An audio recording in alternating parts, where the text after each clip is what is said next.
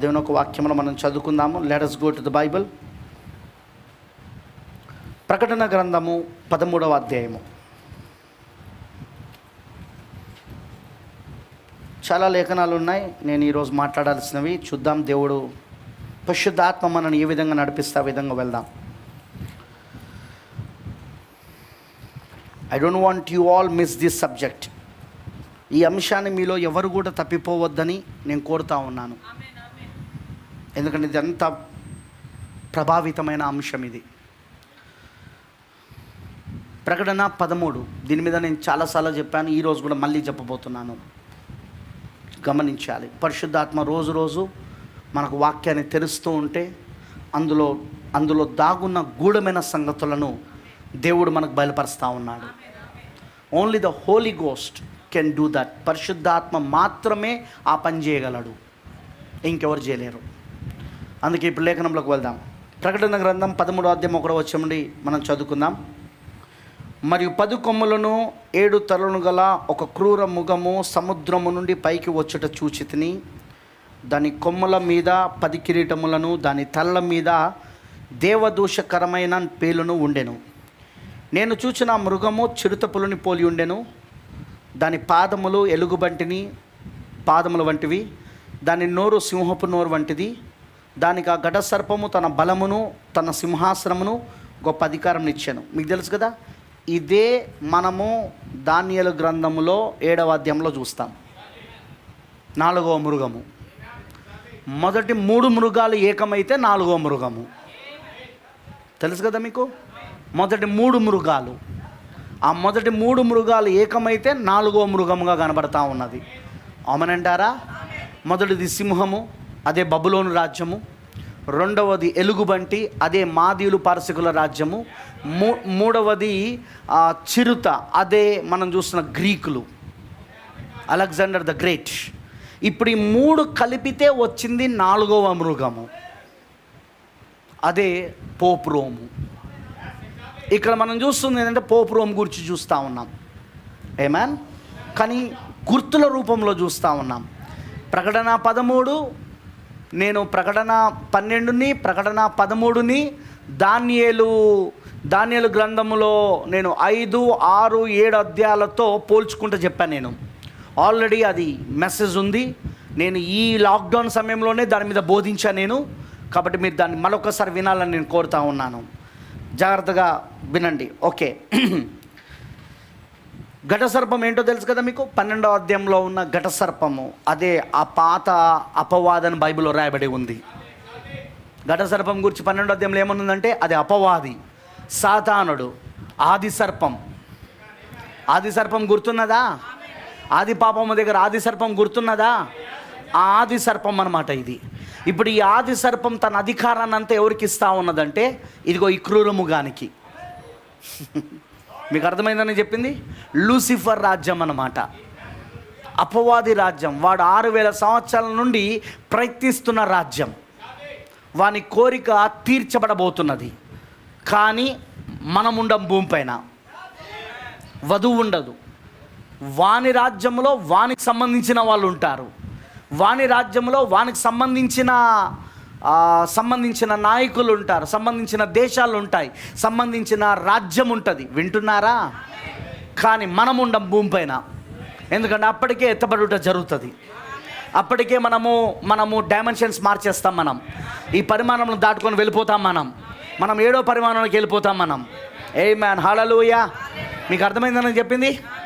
Okay, ఇప్పుడు ఇక్కడ అంటున్నా దానికి ఆ 4వ క్రూరముగం అన్నమాట. ఏది?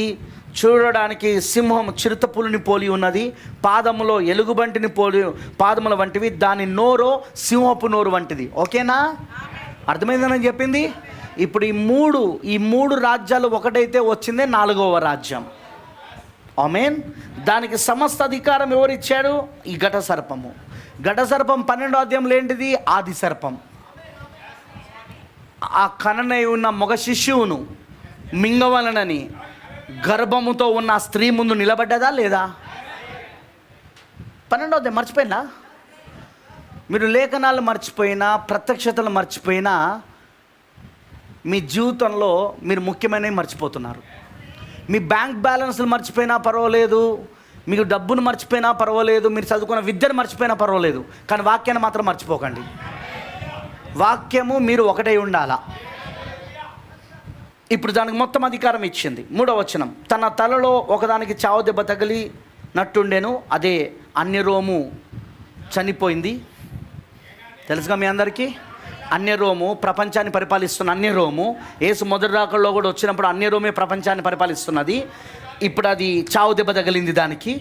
అయితే ఆ చావు దెబ్బ మానిపోయిన కనుక భూజనులందరూ మృగం వెంట వెళ్ళుచు ఆశ్చర్యపడుచుండిరి. ఆ మృగమునకు అధికారం ఇచ్చినందున వారు ఘటసర్పమునకు నమస్కారం చేసిరి. ఘటసర్పం ఎవరు? ఆది సర్పం. ఆది సర్పం ఎవరు? అపవాది. మరియు వారు ఈ మృగముతో సాటి ఎవడు, దానితో యుద్ధం చేయగలవాడు ఎవడు అని చెప్పుకొనుచు ఆ మృగమునకు నమస్కారం చేసిరి. డంబపు మాటలను దేవదూషణలను పలుకు ఒక నోరును దానికి ఇయ్యబడెను.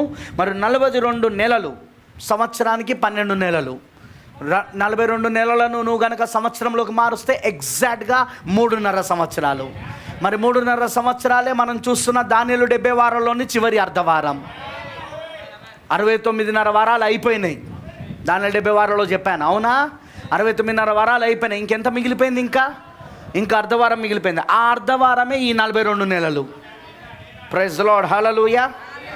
మరియు 42 నెలలు తన కార్యము జరప అధికారము దానికి ఏర్పాటయ్యను. కనుక దేవుని దూషించుటకును, ఆయన నామమును, ఆయన గుడారమును, పరలోక నివాసులను దూషించుటకును అది తన నోరు తెరిచెను. మరియు పరిశుద్ధులతో యుద్ధము చేయును, వారిని జయింపను దానికి అధికారం ఇవ్వబడెను. వాళ్ళే 1,44,000 మంది. ఆ పరిశుద్ధులు ఎవరంటే 1,44,000 మంది. ఎందుకంటే అప్పుడు ఉండేది వాళ్ళే, మనం కాదు. వాళ్ళని జయించే అధికారం కూడా ఉంటుంది, ఎందుకంటే వాళ్ళని చంపేస్తాడు. వాళ్ళు హతసాక్షులు అవుతారు. 1,44,000 మంది. మరియు ఆ 2 ప్రవక్తలు, ప్రకటన 11లో ఉన్న ఏలియా, మోషేలు హతసాక్షులు అవుతారు వాళ్ళు. Is it right? వారిని జయింపను దానికి అధికారం ఇవ్వబడెను. ప్రతి వంశం మీదను, ప్రతి ప్రజ మీదను, ఆయా భాషలు మాట్లాడే వారి మీదను, ప్రతి జనం మీదను అధికారం దానికి ఇవ్వబడెను. గమనించారా? ప్రతి వంశము మీదను, ప్రతి ప్రజ మీదను, ప్రతి ఆయా భాషలు మాట్లాడే వీరి మీదను, ప్రతి జనం మీదను. అంటే ఇది మొత్తం ప్రపంచాన్ని పరిపాలించబోతున్నది. One world government. ప్రపంచమంతా ఒకే ప్రభుత్వంలోకి రాబోతున్నది అన్నమాట. అర్థమైందా? భూనివాసులందరూ అనగా జగదుత్పత్తి మొదలుకొని వధింపబడిన గొర్రెపిల్ల యొక్క జీవగ్రంథమందు ఎవరి పేరు రాయబడలేదో వారు ఆ మృగమునకు ఆరాధన చేయుదురు. నమస్కారం చేయుదురు కాదు, ఇంగ్లీష్లో వర్షిప్ అని ఉంటుంది, అక్కడ ఆరాధన చేయుదురు. రైట్? ఎవడైనను చెవిగల వాడైతే వినును గాక. ఎవడైనను చెరపెట్టవలనని ఉన్న ఎడల వాడు చెరలోనికి పోవును. ఎవడైనను ఖడ్గము చేత చంపిన ఎడల వాడు ఖడ్గము చేత చంపబడవలెను. ఈ విషయములో పరిశుద్ధుల ఓర్పును విశ్వాసమును కనబడును. మరి భూమిలో నుండి మరొక క్రూరమృగం పైకి వచ్చేట చూసి తిని, గొర్రెపిల్ల కొమ్ము వంటి 2 కొమ్ములు దానుకున్నాను. అదే మదము, రాజకీయము. అది ఘటసర్పం వలె మాట్లాడుచుండే. ఇది కూడా ఘటసర్పం వలె మాట్లాడుతుంది. ఇదేంటిదన్నాడు ప్రవక్త? ఇదే ప్రపంచములో ఉన్న, ఇప్పుడున్న అగ్రరాజ్యముగా పేరు పొందుకొని ఉన్న అమెరికా సంయుక్త రాష్ట్రాల దేశము, United States of America. America సంయుక్త రాష్ట్రాల దేశం. అర్థమైందా అందరికీ? అర్థమైన రామని చెప్పండి. రైట్. అది ఆ మొదటి క్రూరమునకున్న అధికారం చేస్తలన్నీ దాని ఏమిటో చేయించున్నది. చేస్తుందా ఇప్పుడు అమెరికా? సేమ్. మరియు చావు దెబ్బ తగిలి బాగుపడిన ఆ మొదటి మృగమునకు భూమియు దానిలో నివసించు వారును నమస్కారం చేయనట్లు, ఆరాధన చేయనట్లు. ఇంగ్లీష్లో చూడండి, ఆరాధన చేయనట్లు. ఆరాధన చేయనట్లు అది బలవంతం చేయించున్నది. అది ఆకాశము నుండి భూమికి మనుషుల ఎదుట అగ్ని దిగొచ్చినట్లు గొప్ప సూచనలు చేయించున్నది. చెప్పాను కదా, బాంబ్స్, హైడ్రోజన్ బాంబులు, ఆక్సిజన్ బాంబులు, తర్వాత అణుబాంబులు. వింటున్నారా? సార్ బాంబులు, ఇవన్నీ వాళ్ళు తీసుకొచ్చింది ఫస్ట్ అమెరికానే కదా. రెండో ప్రపంచ యుద్ధంలో ఫస్ట్ ఎవరు దాన్ని ఉపయోగించిన అణుబాంబుని? అమెరికానే కదా. మర్చిపోయినలా? దాని తర్వాతనే రష్యా వచ్చింది. అంతవరకు ప్రపంచానికి అణుబాంబు ఏంటో తెలియదు. చరిత్ర చదవండి మీరు. హీరోషిమా నాగసాకి పైన ఆ బాంబులను ఉపయోగించే వరకు ఎవరికి ఆ బాంబుల గురించి తెలియదు. ఎవరి దగ్గర టెక్నాలజీ లేదు. ఆకాశంలో అగ్ని దింపడాలు, బాంబ్స్ వేయడాలు, వింటున్నారా? ఆకాశంలో అగ్ని దింపడాలు. ఆమేన్. కత్తి దెబ్బ తినియు బ్రతికిన ఈ క్రూరముఖం, మనకేది మొదటి క్రూరముఖం, ఇది దెబ్బతిన్నది. అన్యరోముగా అది అది అది అది అన్యరోముగా దెబ్బతిని, కానీ మళ్ళీ పోపు రోముగా అది తిరిగి బ్రతికింది. అది కత్తి దెబ్బ తినియు బ్రతికిన ఈ క్రూరముఖమునకు ప్రతిమ చేయవలనని భూనివాసులతో చెప్పుచు ఆ మృగము ఎదుట చేయుటకు తనకి ఇయ్యబడిన సూచన వలన భూనివాసులను మోసపుచ్చుచున్నది. సైన్స్, టెక్నాలజీ, బాంబ్స్, వింటున్నారా అందరూ? ఇప్పుడున్న మందులు, ఇప్పుడున్న technology, robo technology, nano technology, 5D, fifth dimension technology, చదువుకున్న వాళ్ళకి తెలుసు నేను ఏం మాట్లాడుతున్నాను. ఇవన్నీ ఏంటిది? మోసం చేసే కార్యాలు అన్నమాట, మోసపరిచే కార్యాలు ఇవన్నీ. అదేం చేస్తుందంటే తనకున్న దాంతో మోసం చేస్తూ ఉన్నది భూ ప్రజలను. హల్లెలూయా. ఓకే. తనకియబడిన సూచన వలన భూనివాసులను మోసపుచ్చుచున్నది.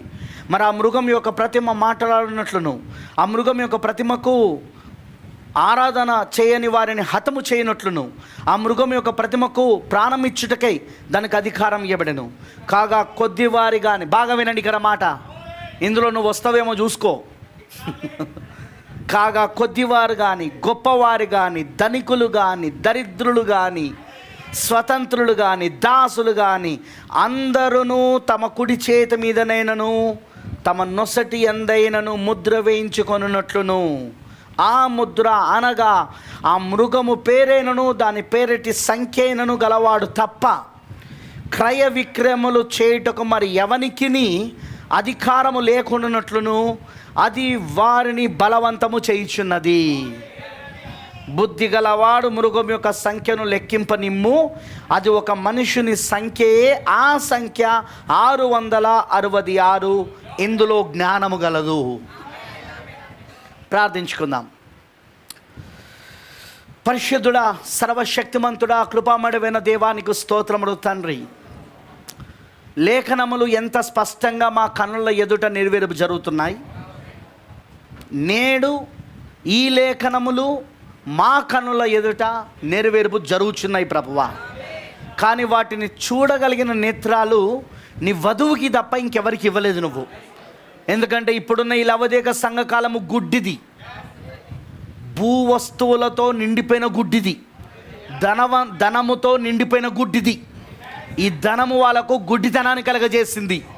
ఈ భూ సంబంధమైన వస్తువులు వారికి గుడ్డితనాన్ని కలగజేసింది. ఓ ప్రభువా, మాకు మాత్రము నువ్వు కనులు తెరిచినందుకు స్తోత్రాలు. మాకు ప్రత్యక్షతనే కాటుకనిచ్చావు దేవా. నా యొద్ద కాటుకను కొనము అని చెప్పావు నువ్వు.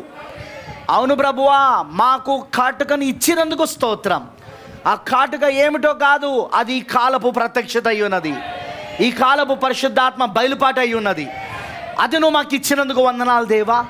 అందుకే వధువుగా నేడు ఈ లేఖనములు మా కన్నుల ఎదుట నెరవేర్పు జరుగుట మేము చూడగలుగుతా ఉన్నాము. అందును బట్టి నీకు స్తోత్రాలు. చూడలేని వారి కోసం మాకేం దిగులు లేదు. ఎందుకంటే వాళ్ళు నీ ముందు నిర్ణయంలో లేరు, వాళ్ళు నీ ఏర్పాట్లో లేరు, వాళ్ళు నీ ఎన్నికలో లేరు వాళ్ళు. అందుకే వాళ్ళకి వర్తమానం వాళ్ళ తలలపై నుండి పక్క నుండి వెళ్ళిపోతూ ఉన్నది. వాళ్ళు భూ సంబంధమైన వాటితో నిండిపోయి ఉన్నారు. వాళ్ళు భూ సంబంధమైన ఆశలతో, కోరికలతో, శరీర కోరికలతో, నేత్రాశలతో నిండిపోయి ఉన్నారు వాళ్ళు. కానీ ప్రభువా, మేమైతే ఈరోజు నీ లేఖనం ఎలా జరుగుతున్నదో పరిశుద్ధాత్మ మాకు బయలుపరుచున్న కొలది మేము దాన్ని చూడగలుగుతా ఉన్నాం ప్రభువా. ప్రపంచం ఎటువైపు అడుగులు వేస్తున్నది, అమెరికా ఇప్పుడు ఏం చేస్తూ ఉన్నది, ఎందుకంటే దాని గురించి మేము ప్రకటన 13లో చూస్తున్నాం. అమెరికా సంయుక్త రాష్ట్రాల దేశం ఇప్పుడు ఏం చేస్తూ ఉన్నది ప్రభువా. ఇప్పుడు రోమన్ క్యాథలిక్ ఏం చేస్తూ ఉన్నది, కమ్యూనిస్టులు ఏం చేస్తూ ఉన్నారు, ఇప్పుడు రష్యా మరి ఇతర కమ్యూనిస్టు దేశాలు ఏం చేస్తూ ఉన్నాయి, ఇస్లామిక్ దేశాలు ఏం చేస్తూ ఉన్నాయి, ఇవన్నీ మేము చూడగలుగుతూ ఉన్నాము. ఏ దేశంలో ఏ పాత్రవి లేఖనంలో ప్రవచించబడ్డాయో అవన్నీ వాటి పాత్రలు వేయడం మేము చూడగలుగుతూ ఉన్నాం.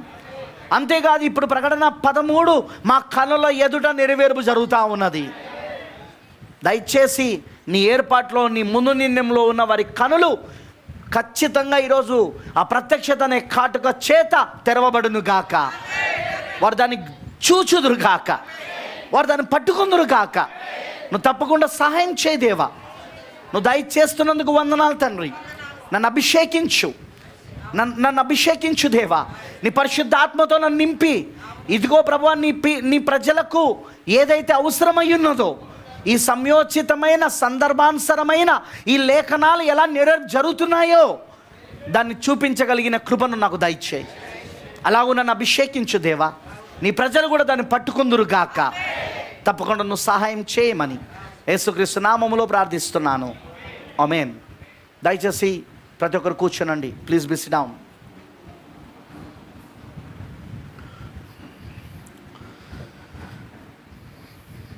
క్రీస్తునందు ప్రియమైన దేవుని పిల్లలందరికీ మరొకసారి ప్రభువైన యేసుక్రీస్తు నామములో నా యొక్క శుభములు, మన వందనాలు తెలియజేస్తున్నాను.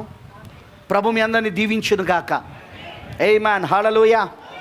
మరి ప్రియమైన దేవుని పిల్లలారా, ఇక్కడ దేవుని యొక్క వాక్యంలో కొన్ని విషయాలను జాగ్రత్తగా మీరు గమనించాలని ప్రభు నామమున కోరుతా ఉన్నాను. ఆమేన్. హల్లెలూయా. దేవునికి మహిమ కలుగును గాక.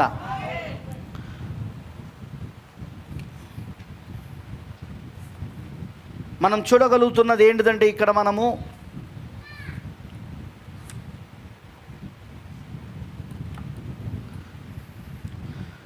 ప్రకటన 13లోని 2 మృగముల గురించి చాలా మెసేజ్లో నేను బోధించాను. ఆమేన్. మొదటి మృగము అది 10 కొమ్ములను 7 తలను గల ఒక క్రూర మృగమని, సముద్రంలో నుండి, సముద్రం దేనికి సాదృశ్యం అంటే, ప్రకటన 17వ అధ్యాయం 15వ వచనానికి వెళ్తే అక్కడ ప్రజలకును ఆయా భాషలు మాట్లాడే వారికి జనాంగమునకు సాదృశ్యమై ఉన్నది. ఇప్పుడు ఈ క్రూరముఖం ఎక్కడి నుండి వస్తున్నదంటే, ఇది ప్రజల్లో నుండే వస్తూ ఉన్నది ఇది. ఆమేన్. మరి దీనికి 10 కొమ్ములు 7 తలలు ఉన్నాయని చూసాం మనం. ఆల్రెడీ వీటి గురించి నేను వివరణ ఇచ్చేశాను. వాటిలో నేను వెళ్ళదలుచుకోలేదు, ఎందుకంటే నేను ఈరోజు చెప్పాలని అనుకుంటున్న పాయింట్కి నేరుగా పోవాలనుకుంటున్నాను. దానికోసం కొంచెం నేను మీకు జ్ఞాపకం చేస్తున్నాను ఈ విషయాలను. ఇదే క్రూరముఖం మనకు దానియేలు గ్రంథము 7వ అధ్యాయంలో 7-8 వచనాల్లో కనబడుతుంది. 4వ క్రూరముఖముగా. 3వ క్రూరముఖము, మూడు మృగములో దానియేలు గ్రంథం 7వ అధ్యాయం 1 నుండి 6 వచనాల్లో కనబడుతుంది. 3 మృగాలు. మొదటిది సింహం వంటిదని, రెండవది ఎలుగుబంటి వంటిదని, మూడవది చిరుతపులిని వంటిదని అక్కడ చెప్పబడుతున్నది. మరి ఆ 3 మృగాలు 3 రాజ్యాలు, ప్రపంచాన్ని పరిపాలించిన అన్యజనుల్లో నుండి వచ్చిన అగ్రరాజ్యాలు, ప్రపంచాన్ని మొత్తం పరిపాలించినవి. మొదటిది బబులోను. అది మనకు తెలుసు, ఇర్మియా దానియేలు కాలంలో ప్రపంచాన్ని పరిపాలించింది. అవునా? ఇర్మియా దానియేలు కాలంలో ప్రపంచాన్ని పరిపాలించింది. రెండవది మాదీయులు, పారసీకులు. ఆ మొదటి ఏదైతే రాజ్యం ఉందో, ఆ బబులోను రాజ్యము శిరస్సు, బంగారు శిరస్సు, ఆ బబులోను రాజ్యము అదే మొదటి మృగమై ఉన్నది. సింహం వలె ఉన్నది అది. దానియేలు దాన్ని ఏ గుర్తులో చూశాడంటే సింహపు గుర్తులో చూశాడు. నెక్స్ట్ ఆ తర్వాత మాదీయులు, పారసీకుల రాజ్యం కనబడుతున్నది. ఆ మాదీయులు, పారసీకుల రాజ్యమే ఎలుగుబంటి వంటి రాజ్యం అని చూస్తున్నాడు. ఎలుగుబంటి సూచనగా కనబడుతున్నది అక్కడ. 2వ క్రూరముఖం అది. మరి ఆ తర్వాత మనం చూస్తున్నది మూడవ రాజ్యము, అది గ్రీకుల రాజ్యము. గొప్పవాడైన అలెగ్జాండర్ ఆధ్వర్యంలో ప్రపంచమంతా గ్రీకుల క్రిందికి వెళ్ళిపోయి ప్రపంచమంతా పరిపాలించబడింది. మరి ఆ సమయంలో మనం గమనిస్తే ఆ గ్రీకుల ఒక రాజ్యంలో అది దేంతో పోల్చబడింది అంటే చిరుతపులిని పోల్చబడింది. ఇక 4వ దగ్గరకు వచ్చినప్పుడు ఈ 3 రాజ్యాలు ఒకటిగా చూస్తూ ఉన్నాడు దానియేలు. 4వ మృగములో 3 కనబడతా ఉన్నాయి. సింహము కనబడతా ఉన్నది, ఎలుగుబండి కనబడతా ఉన్నది, చిరుత కనబడుతున్నా. సేమ్ థింగ్ 13వ అధ్యాయంలో యోహాను ఏదైతే చూశాడో దానియేలు కూడా అదే చూశాడు అక్కడ 7వ అధ్యాయంలో. హల్లెలూయా. మరి మనం గమనించాల్సిన విషయం ఏంటంటే, బబులోను ప్రారంభము మనం ఎక్కడ చూస్తున్నామంటే ఆదికాండంలో చూస్తున్నాం. అవునా? ఆదికాండం 10వ అధ్యాయంలో బబులోను ప్రపంచమంతా పరిపాలించింది. ఎవరి ఆధ్వర్యంలో అంటే, ఎవరి ఆధ్వర్యంలో గుర్తుంది? ఆదికాండం 10లో జలప్రలయం తర్వాత గుర్తుందా మీకు ఎవరికైనా? చెప్పండి. నిమ్రోదు. ఎవరి ఆధ్వర్యంలా? నిమ్రోదు. హాము యొక్క సంతానము నిమ్రోదు. వింటున్నారా? హాము యొక్క సర్ప సంతానం నుండి వచ్చిన నిమ్రోదు. నిమ్రోదు ప్రపంచాన్ని పరిపాలించాడు అప్పుడు. నిమ్రోదు అన్ని దేశాలను పరిపాలించాడు అప్పుడు. హల్లెలూయా. మరి నిమ్రోదు ఒక టవర్, ఒక పెద్ద గోపురాన్ని కట్టి ఆ గోపురము దగ్గరికి అందరూ రావాలని ఒక ఒక ఒక ఒక మతాన్ని అక్కడ స్థాపించి అందరూ వచ్చి ఆ గోపురం దగ్గరనే ఆరాధించాలని ప్రజలను బలవంతం చేశాడు. ఈ బలవంతపరిచే ఆత్మ ఎల్లప్పుడూ బబులోను ఆత్మ. దీని మీద ప్రవక్త కూడా బోధించాడు. రీసెంట్గా నేను దానిపైన స్టడీ చేస్తూ ఉన్నాను. స్టడీ చేస్తుంటే ప్రాఫిట్ చెప్తున్నాడు. ఏమని చెప్తున్నాడు అంటే, ప్రవక్త గారు, ఎప్పుడైనా సరే ఏ మతమైనా సరే బలవంత పెడుతున్నది అంటే అది ఖచ్చితంగా బబులోను ఆత్మై ఉన్నది. అది బబులోను మతమై ఉన్నది. అది ఆదికాండం 10వ అధ్యాయంలో మనకు బబులోను మతం కనబడుతున్నది. ఫస్ట్ టైం మొత్తం ప్రపంచానంతా పరిపాలించిన బబులోను రాజ్యము, బబులోను మతము. అప్పుడు ఆ పెద్ద గోపురము యుద్ధకు అందరూ వచ్చి ఆ గోపురము దగ్గరనే ఆరాధించాలా, ఆ గోపురానికి అందరూ నమస్కరించాలా, అందరూ ఆరాధన చేయాలని ప్రజలను బలవంతం చేసింది అది. ఎప్పుడు? నిమ్రోదు కాలంలో ఆదికాండం 10వ అధ్యాయములో అక్కడ బబులోను యొక్క రాజ్యము స్థాపించబడి మొత్తం ప్రపంచాన్ని మొత్తము ఆ మతం వైపు తీసుకురావడానికి ప్రయత్నించింది. హల్లెలూయా. మీకు అర్థమైందని చెప్పింది. ఎప్పుడైనా గుర్తుంచుకోండి, సంఘానికి ఏ విశ్వాసి అయినా పాస్టర్ యొక్క బలవంతం ద్వారా వెళ్తున్నాడంటే ఆ పాస్టర్కు ఉన్నది బబులోను ఆత్మ. అతను ఆ విశ్వాసి బబులోను ఆత్మ క్రింద ఉన్నాడని అర్థం. ఈ బబులోను ఆత్మ ఏం చేస్తుందంటే ప్రజలను బలవంతపడుతుంది. అది చదివినాం కదా మనం 13వ అధ్యాయంలో. ప్రజలు ఆరాధించినట్లుగా బలవంత పెడుతున్నది. ఆ ప్రతిమకు ప్రతి ఒక్కరు నమస్కరించవలనని, ప్రతి ఒక్కరు ఆరాధించవలనని. అవునా కాదా? మనం ఇప్పుడే చదివినాం కదా లేఖనంలా. ఏం చేస్తున్నట? ప్రజలను అది బలవంత పెడుతున్నది. కానీ దేవుని ఆరాధన స్వతంత్రతతో కూడింది. అది గుర్తుంచుకోనండి. నువ్వు ఖైదీవే కానీ క్రీస్తుకి. ఎలాంటి ఖైదీ అంటే నీకు నువ్వే ఖైదీగా మారావు. దేవుడు నిన్ను ఖైదీ చేయలేదు. నువ్వు క్రీస్తుకు నీకు నువ్వే ఖైదీవిగా మారావు. నీకు నువ్వే క్రీస్తుకు సమర్పించుకున్నావు. నీకు నువ్వే క్రీస్తుకు అర్పించుకున్నావు. క్రీస్తుకు ఖైదీగా మారిపోయినావు. బానిసగా మారలేదు, ఖైదీగా మారావు నువ్వు. బానిసత్వంలో వేరు, ఖైదీ వేరు. బానిసత్వంలో ఏం జరుగుతుందంటే నిన్ను బలవంత పెడతా ఉంటుంది. అది నీకు ఆ పని చేయడం ఇష్టం లేకపోయినా చేపిస్తుంది. అది అర్థమవుతుందా? కానీ ఇక్కడ క్రీస్తుకు ఖైదీగా మారడం అంటే అర్థమేంటో తెలుసా? నీకు నువ్వే ఇష్టంగా ఆయనకు సరెండర్ అవ్వడం, నీకు నువ్వే ఇష్టంగా ఆయనకు అర్పించుకోవడం. బలవంత పెట్టే ఆత్మ ఎప్పుడైనా గుర్తుంచుకోనండి, అది బబులోను ఆత్మ. నువ్వు సంఘానికి రావాలని బ్లాక్మెయిల్ చేస్తారు కొంతమంది పాస్టర్లు. నువ్వు రాకపోతే మీ అమ్మాయికి నేను పెళ్లి చేయను, నువ్వు రాకపోతే నేను సమాధి చేయను, నువ్వు రాకపోతే నేను బర్త్డే చేయను. అదేంటిది? అది బబులోను ఆత్మ. ఒక వ్యక్తి చర్చ్కి వస్తున్నప్పుడు అతనికి ప్రత్యక్షత ఉండాలి. ఎందుకు వస్తున్నాడో? మందిరానికి వస్తున్నప్పుడు బయలుపాటుతో రావాలా. హోలీ గోస్ట్, పరిశుద్ధాత్మ అతనికి బయలుపరచాలా, ఆమెకు బయలుపరచాలా. హల్లెలూయా. బయలుపాటుతో వచ్చి దేవుని ఆరాధించాలి. ఎందుకంటే సంఘము దేనిపైన కట్టబడదు అంటే బయలుపాటనే బండపైన కట్టబడింది. మత్తయి సువార్త 16వ అధ్యాయంలో యేసు ఏమని చెప్పాడు? ఈ బండ మీద నా సంఘమును కట్టుదును, పాతాళంలో ఒక ద్వారములు దాని నిలవనేరదన్నాడు. ఇప్పుడు అక్కడ సంఘం దేనిపైన కట్టబడింది అంటే బయలుపాటు పైన. ఒక విశ్వాసికి తను ఎందుకు దేవుని ఆరాధిస్తున్నాడో తనకు బయలుపాటు ఉండాలా. తను ఎందుకు ఖైదీ అయ్యాడో తనకు బయలుపాటు ఉండాలా. దానికి రివర్సే బలవంత పెట్టే ఆత్మ బబులోను ఆత్మ. అది మతపాత్మ, రిలీజియస్ స్పిరిట్. అది నిన్నేం చేస్తుందంటే సంఘానికి బలవంతంగా తీసుకొస్తుంది. పాస్టర్ కొన్ని బ్లాక్మెయిలింగ్ చేస్తూ ఉంటాడు, సంఘము కొన్ని బ్లాక్మెయిలింగ్ చేస్తూ ఉంటుంది. బ్లాక్మెయిలింగ్ అంటే తెలుసుగా మీకు? మీరు సంఘానికి రాకపోతే, మా చర్చ్ను కనుక నువ్వు విడిచిపెట్టి వెళ్ళిపోతే, నువ్వు అటెళ్తే ఇటెళ్తే నీ ఇష్టం, మరి ఇలాంటి బ్లాక్మెయిల్ చేస్తూ ఉంటారు. ఆ బలవంత పెట్టే ఆత్మ ఏదైతే ఉంటుందో అది బబులోను ఆత్మ. ఒక వ్యక్తి సంఘానికి స్వతంత్రంగా రావాలి, దేవుని ఆరాధించాలని రావాలి, ఆత్మతో సత్యముతో ఆరాధించడానికి రావాలి, దేవునికి ఖైదీ కావడానికి రావాలి, స్వతంత్రంగా దేవుడికి అర్పించుకోవడానికి రావాలి. అలా వచ్చినప్పుడు ఎన్ని కష్టాలు వచ్చినా ఎదుర్కొంటాడు, ఎన్ని బాధలు వచ్చినా ఎదుర్కొంటాడు.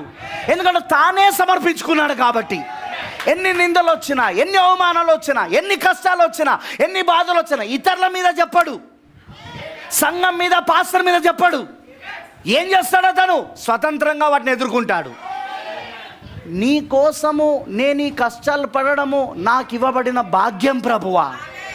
నీ నామం నిమిత్తం నేను అవమానపడడము నాకు ఇవ్వబడిన భాగ్యం ప్రభువా. నీ నామం నిమిత్తం నేను హింసించబడము, శ్రమలు పొందుకోవడం నాకు ఇవ్వబడిన భాగ్యం ప్రభువా. అది ఖైదీ చేసే పని అది. కానీ బానిస ఏమంటాడు? ఎప్పుడు ఏడుస్తూనే ఉంటాడు. ఎందుకంటే బలవంతంగా వెట్టి చాకిలు చేపిస్తూ ఉంటారు. బలవంతంగా ఇప్పుడు చూడండి, కొంతమంది దశమ బాలిస్తారు బలవంతంగా. పాస్టర్ ఇయ్యమన్నాడు కాబట్టి ఇవ్వాల, నేను ఇవ్వాలనా? నాకు వచ్చేదే 10,000, అందులో 1,000 రూపాయలు ఇవ్వాలనా? నా కుటుంబం ఎట్లా నడవాలా? చూసినావు, అలాంటి వాళ్ళకి ఎప్పుడు దీవెన రాదు, అలాంటి వాళ్ళకి ఎప్పుడు ఆశీర్వాదం రాదు.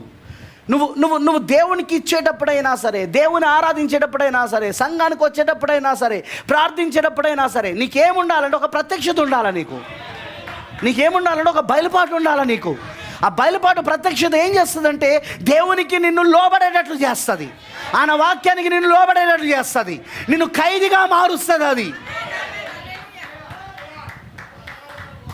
హృదయపూర్వకంగా నువ్వు దేవుని ఆరాధిస్తావు. యేసు కోరినట్లుగా, తండ్రి కోరినట్లుగా ఆత్మతో సత్యముతో దేవుని ఆరాధిస్తావు.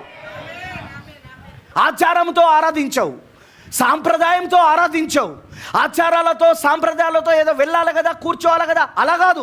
దేవుణ్ణి నేను ఆరాధించడానికి వచ్చిన ఇక్కడికి, దేవుని స్తుతించడానికి వచ్చిన నేను ఇక్కడికి. నా హృదయాన్ని కుమ్మరించి నేను దేవునికి ఆరాధన చేస్తా, నా హృదయాన్ని కుమ్మరించి నేను దేవునికి పాటలు పాడతా, నా హృదయాన్ని కుమ్మరించి నేను దేవుని స్తుతిస్తా. హల్లెలూయా. వచ్చి నిద్రపోతూ ఉంటారు చూడు చాలామంది. ఆచారం, సాంప్రదాయం. వాళ్ళు ఎందుకు వస్తానంటే చర్చ తెలుసా? ఆచారం, సాంప్రదాయం. ఇంకొంతమంది ఉంటారు చూడు, బయటనో గొడవలు పెట్టుకోవడానికి నోరు ఎప్పుడు తెరుచుంటుంది, కానీ చర్చ్కి వచ్చినాక మాత్రం నోటికి కుట్లు వేయబడతాయి. ఇట్లనేగా ముఖంలో నా నవ్వు ఉండదు, నా కోపం ఉండదు, ఒకటే రీతికుంటుంది ఫీలింగ్. వీళ్ళు చూస్తూ నిద్రపోతున్నారని నా డౌటు. అంటే కళ్ళు తెరిసే నిద్రపోతున్నారా అని నా డౌటు. ఎందుకంటే వీళ్ళకి అసలు ఏమాత్రం ఫీలింగ్స్ ఉండవు. ఖండించిన ఫీలింగ్ ఉండదు, ప్రోత్సహించిన ఫీలింగ్ ఉండదు. ఎందుకంటే అసలు వీళ్ళకి వాక్యం అర్థమవుతుందా కావట్లేదు, నాకు అర్థం కాదు. సంథింగ్ ఏదో ఒకటి అర్థమైతే ఏదో ఒకటి కనబడుతుందిగా ముఖంలో, ఫేషియల్ ఎక్స్ప్రెషన్. నీ ముఖం యొక్క ఆ ఎక్స్ప్రెషన్, ఆ కవలికలు నీ హృదయంలో ఏముందో చూపిస్తూ ఉంటుంది. అది మీరు గమనించండి. మీ హృదయంలో కోపం ఉంటే ముఖమంతా ఒక రకం ఉంటుంది, మీ హృదయంలో సంతోషం ఉంటే ముఖంలో మీకు వెలుగు కనబడతా ఉంటుంది, ఆనందం కనబడతా ఉంటుంది. అవునా? పళ్ళు బయట కనబడతా ఉంటాయి. అంటే హృదయంలో ఉన్న దాన్ని బట్టి ముఖం కనబడతా ఉంటుంది. కొంతమంది అసలు ఏముండదు వాళ్ళకు. అంటే దాన్ని బట్టి అర్థం ఏంటంటే వాక్యం వాళ్ళ తలపై నుండో వాళ్ళ పక్క నుండో వెళ్ళిపోతున్నది. అందుకే వాళ్ళకి ఏం అర్థం కావట్లేదు వాళ్ళకు. చూడండి, జాగ్రత్త వినండి. బలవంతపరిచే ఆత్మ ఎప్పుడు కూడా బబులోను ఆత్మ. నువ్వు సంఘానికి ఎప్పుడు బలవంతంగా రావద్దు. ముఖ్యంగా నువ్వు గమనించాల్సింది ఏంటంటే, మీ చర్చిలో, మీ మందిరంలో బబులోను ఆత్మ పనిచేస్తుందా లేదా ఎలా చెప్పగలమంటే, అక్కడ బలవంతపు ఆత్మ పనిచేస్తుందా. చాలామంది నా సంఘాన్ని విడిచిపెట్టి వెళ్ళిపోయారు, కానీ నేను ఏ రోజు వాళ్ళ దగ్గరికి వెళ్ళి బలవంతం చేయలేదు. అది మీలో చాలామందికి తెలుసు. ఎందుకంటే నీకు ఆరాధన చేయాలని లేనప్పుడు, నీకు ప్రత్యక్షత లేనప్పుడు నా దగ్గరికి వచ్చే లాభం. కొన్ని సంఘాలు ఉంటాయి, ఒక్కడిని కూడా వదిలిపెట్టారు వాళ్ళు. వాళ్ళు వెళ్ళిపోయినంటే వాళ్ళు ఎంబడబడి వాళ్ళని ఏడిచి వాళ్ళ కాళ్ళపైన పడిన వాళ్ళు కూడా ఉన్నారు పాస్టర్లు. లేదా పాస్టర్ పోకపోతే పాస్టర్ భార్య వెళ్ళి ఏడుస్తుంది, మీరు వెళ్ళిపోతే ఎట్లా చెప్పండి, మీరే సంఘములో వెన్నుముకనండి. ఏం దొంగ ఏడుపులరా బాబు, వెన్నుముక యేసు ప్రభురా.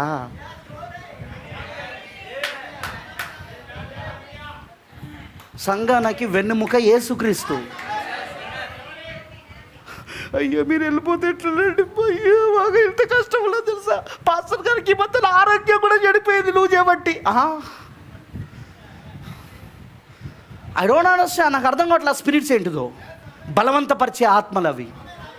నా చర్చ్లో ఎప్పుడు వస్తూనే ఉంటారు, పోతూనే ఉంటారు. ఐ డోంట్ కేర్, నేను లెక్క చేయను. ఎందుకంటే ఇది కాదు నేను పరలోకం తీసుకెళ్ళేది. ఈ గుంపులో ఉంటే కాదు నువ్వు పరలోకం వెళ్ళేది, ఎత్తబడే గుంపులో ఉంటే. నువ్వు ఇక్కడికి వచ్చేది ఎందుకు? ఎత్తబడే గుంపులో ఉండడానికి. నువ్వు ఇక్కడికి ఎందుకు వస్తున్నావు? ఎత్తబడే గుంపు కోసం వెళ్ళడానికి, ఎత్తబడే గుంపులో ఉండడానికి. అది మన ప్రయత్నం అంతా. అసలు ఆ గుంపులో లేకుండా ఈ గుంపులో ఉంటే ఏం లాభం మనకు? చెప్పండి నాకు. అందుకే ఎప్పుడైనా గుర్తుంచుకోండి, బలవంతపరిచే ఆత్మ ఎల్లప్పుడూ కూడా అది బబులోను ఆత్మ. నా దగ్గర కొటేషన్ కూడా ఉంది, బ్రదర్ బ్యాన్ అని చెప్పింది. బలవంతపరిచే ఆత్మ ఎప్పుడు కూడా అది బబులోను ఆత్మ. ఆదికాండం 10లోనే అది ప్రపంచాన్ని బలవంతం చేసింది, నిమ్రోదన ఆధ్వర్యంలో, అవునా? సర్పసంతానం ఒక ఆధ్వర్యంలో, అవునా? కానీ దేవుడు దిగొచ్చుడ ద్వారా, ఆమేన్, హల్లెలూయా, ప్రభు దిగొచ్చుడ ద్వారా, అర్థమైంది అందరికీ? భాషలు మారిపోయినాయి అక్కడ. వాడి రాజ్యము అక్కడ నడవనీయలేదు దేవుడు అక్కడ. అందులో నుండి బయటికి వచ్చిన వాడే అబ్రహాము. షేము సంతానంలో నుండి బయటకు వచ్చిన వాడే అబ్రహాము. అబ్రహాము ఆదికాండం 12వ అధ్యాయంలో దేవుడు ఆయన పిలిచే ముందు ఆయన ఆదికాండం 11లో ఎక్కడున్నాడంటే అక్కడే బబులోను దగ్గర ఉన్నాడు, కల్దీయుల దేశంలో ఉన్నాడు అక్కడ. కానీ కల్దీయుల దేశం నుండి బయట తీసుకొచ్చాడు దేవుడు. కల్దీయుల దేశమే బబులోను దేశం. బబులోనిలోనే కల్దీయులు అంటారండి. అబ్రహాము బబులోను నుండి బయటికి పిలువబడ్డాడు. అబ్రహాము బలవంతపు ఆత్మ నుండి బయటికి పిలువబడ్డాడు. అబ్రహాము బలవంతము చేయు ఆ మొక్క వలనని, ఆరాధించవలనని, లోబడవలనని, బానిసత్వం చేసే ఆ ఆత్మ నుండి అబ్రహామును దేవుడు బయటికి తీసుకొచ్చాడు. ఈరోజు అబ్రహాం మనకు సాదృశ్యంగా లేడా? ఈరోజు అబ్రహాం యొక్క రాజసంతానంగా మనం కూడా అలానే బయటకు వచ్చామా లేదా? నువ్వు ఎలా వచ్చావు? బబులోను నుండి బయటకు వచ్చావు. ఈ రోజున బబులోను నుండి బయటకు వచ్చి మళ్ళీ అదే బబులోనుని సంఘంలో తయారు చేస్తే ఎలా కుదురుతుంది? ఇప్పుడు ఎంటైర్ మెసేజ్లో అదే బబులోను ఆత్మ తీసుకొస్తే ఎట్లా కుదురుతుంది? విశ్వాసికి స్వతంత్రత ఉండాలి. అఫ్కోర్స్ పాస్టర్ అడుగుతాడు, ఎందుకు రాలేదు నువ్వు పోయిన ఆదివారం చర్చ్కి, ఎందుకు వస్తలేవు? కానీ బలవంతం చేయడు. ఒకటే హెచ్చరిక చేస్తాడు, బాబు నీ ఇష్టం, నువ్వు చేసేది మాత్రం తప్పు. నువ్వు దేవునికి దూరం అయితే, సావాసం దూరం అయితే దెబ్బతింటావు. నువ్వు ముందు ఆత్మీయంగా దెబ్బతింటావు, తర్వాత భౌతికంగా దెబ్బతింటావు. ఆ తర్వాత వచ్చి ఏడ్చినా లాభం ఉండదు. బలవంతం చేయడు, జరగబోయే దానిని హెచ్చరిక చేస్తాడు, జరగబోయే దానిని చెప్తాడు, అంతే, ఫినిష్. ఆ తర్వాత వదిలిపెడతాడు. ఒకసారి చెప్తాడు, 2 సార్లు చెప్తాడు, 3 సార్లు చెప్తాడు. ఓసారో పర్సనల్గా చెప్తాడు, రెండోసారో ఇద్దరు సాక్షులతో చెప్తాడు, మూడవసారో సంఘం ఏమిటో చెప్తాడు, 4వసారి అన్యుడిగా ఎంచుకుంటాడు. అదేనా క్రమం? అదేనా యేసు చెప్పిన క్రమం? అంతే, ఫినిష్, వదిలిపెట్టేస్తాడు ఇక. ఎందుకు అంటే ఇది బలవంతం చేసే ఆత్మ కాదు ఇది. కానీ అదే బబులోను ఆత్మ బలవంతం చేస్తుంది. నీకు ఇష్టమున్నా లేకపోయినా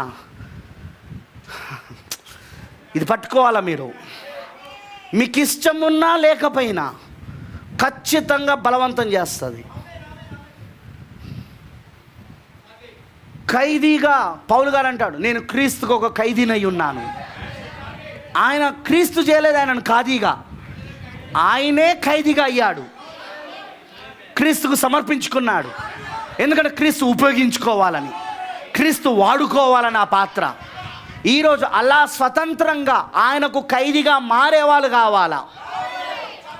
నువ్వు స్వతంత్రంగా వాక్యాన్ని అనుమతించాలని జీవితంలోకి. పనిచేయి నా లోపల ప్రభువా, నాలో కార్యం చేయి ప్రభువా, నాలోనికి దిగిరా ప్రభువా, నేను ఖాళీ పాత్రగా ఉన్నాను, లోకంలో ఉన్నదంతా నాలోని తీసివేసి నన్ను ఖాళీ పాత్రగా చేసి నాలోనికి నువ్వు రా ప్రభువా. నీవే కావాలని ఇప్పుడు ఖైదీ అవుతా ఉన్నావు, నీవే కావాలని ఇప్పుడు సమర్పించుకుంటా ఉన్నావు. కానీ బబులోను ఆత్మ అట్లా కాదు. నీకు ఇష్టమున్నా లేకపోయినా, నీ కోరికలతో నిమిత్తం లేదు, నీ ఆశలతో నిమిత్తం లేదు, నీ లక్ష్యాలతో నిమిత్తం లేదు, దేంతో నిమిత్తం లేదు, నిన్ను బలవంతం చేస్తుంది. Come come come. అదే ఆత్మ ఎంటా మెసేజ్లో కూడా కనబడతా ఉంది. అదే ఆత్మ ఎంటా మెసేజ్ చర్చిలో కూడా కనబడతా ఉన్నది. దేవుని కంటే ఎక్కువగా పాస్టర్కి భయపడడం, వాక్యానికి కంటే ఎక్కువగా సంఘానికి భయపడడం. దేవుని కంటే ఎక్కువగా దేని భయపడకూడదు మనం. ముందు దేవుడు, ఆ తర్వాతనే ఎవరైనా. ఫస్ట్ గాడ్, దేవుడు. దేవుడు మనం భయపడాల్సింది ఆయనకు, మనం భయభక్తులు కలిగి ఉండాల్సింది ఆయనకు, మనం లోబడాల్సింది ఆయనకు. ఆయన మనల్ని చూస్తూ ఉన్నాడు. మనం సంతోషపరచాల్సింది పాస్టర్ని కాదు, విశ్వాసులను కాదు, సంఘాన్ని కాదు. మనం సంతోషపరచాల్సింది దేవుణ్ణి. ఆమేన్, హల్లెలూయా. నువ్వు దేవుణ్ణి సంతోషపరచకపోతే నీలో బబులోను ఆత్మనే పనిచేస్తూ ఉంది. బబులోను ఆత్మ మీరు చదవండి ఆదికాండం 10లో జలప్రలయం తర్వాత బబులోను ఆత్మ ప్రపంచాన్ని పరిపాలించింది. అప్పుడు అందరినీ ఆ గోపురం దగ్గరకు వచ్చి ఆరాధించాలని ఆ గోపురాన్ని నిర్మించింది. అందరూ అక్కడికి వచ్చి దాన్ని ఆ ప్రతిమకు మొక్కాలని,